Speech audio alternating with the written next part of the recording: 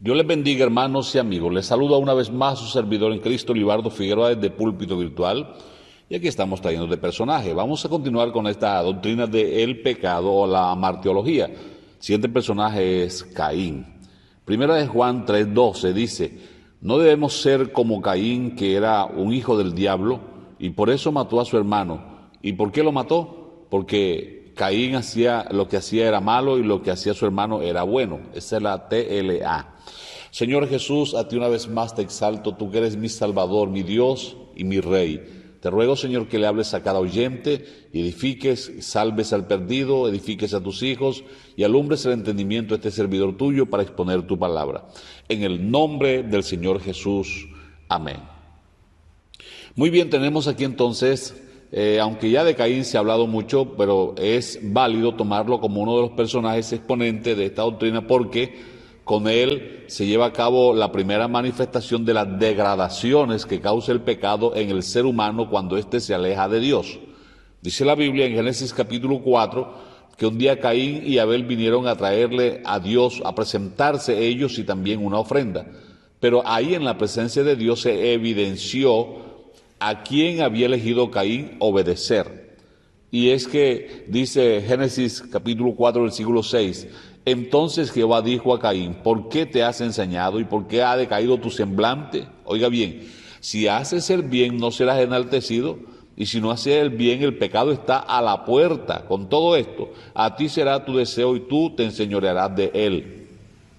Decir entonces que el ser humano, a pesar de tener una naturaleza pecaminosa inclinada a lo malo, tiene algo también valioso que es la voluntad.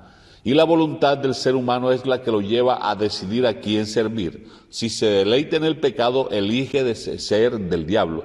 Si se deleita en obedecer y hacer lo correcto, es porque quiere hacer lo bueno delante de Dios, quiere caminar con Dios. Y aunque el Señor le advirtió a Caín que dependía de su elección, él, dice la Biblia, que un día invitó a su hermano: vamos al campo, y estando en el campo se levantó contra su hermano Abel y lo mató.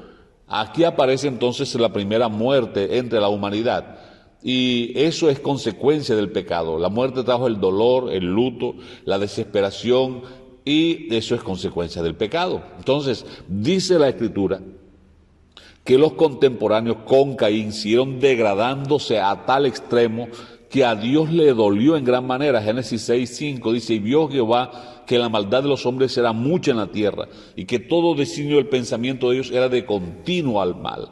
Había corrupción, versículo 12, y miró Dios la tierra, y aquí que toda estaba corrompida, porque toda carne había corrompido su camino sobre la tierra. Eso es interesante, sobre toda carne. ¿Por qué? Porque el Señor dijo en los días de su carne, porque así como en los días de Noé será la venida del Hijo del Hombre, porque comían, bebían, se casaban, se daban en casamiento hasta que vino el diluvio, no entró en el arca y ellos no entendieron. Cuando está hablando allí de matrimonio, no está hablando del matrimonio convencional entre un hombre y una mujer, sino de la degradación del pecado, lo mismo que está sucediendo hoy. ¿Qué pasó en aquella época? Que era normal que el papá tuviera hijo con la hija, que los hermanos entre hermanos, y lo peor aún, había relaciones entre animales y seres humanos, el sexo con bestias. Eso era legal porque así lo habían establecido. Mire, hoy busque usted en internet y encontrará que en las naciones siguientes es legal el matrimonio entre seres humanos y bestias. Por ejemplo, Estados Unidos, Canadá, Bélgica, España, India, Dinamarca, el Líbano. Y las más grandes multitudes de clientes para Dinamarca llegan de Noruega, Alemania, Suecia y Holanda. Eso es consecuencia del pecado, la degradación a tal extremo. Y hay personas que se llaman viuda porque se le murió la mascota que era su esposo o era su esposa. Eso es consecuencia del pecado, pero la solución para el pecado es el Señor Jesús. Así como el pecado trajo la muerte del Señor Jesús es la solución del pecado.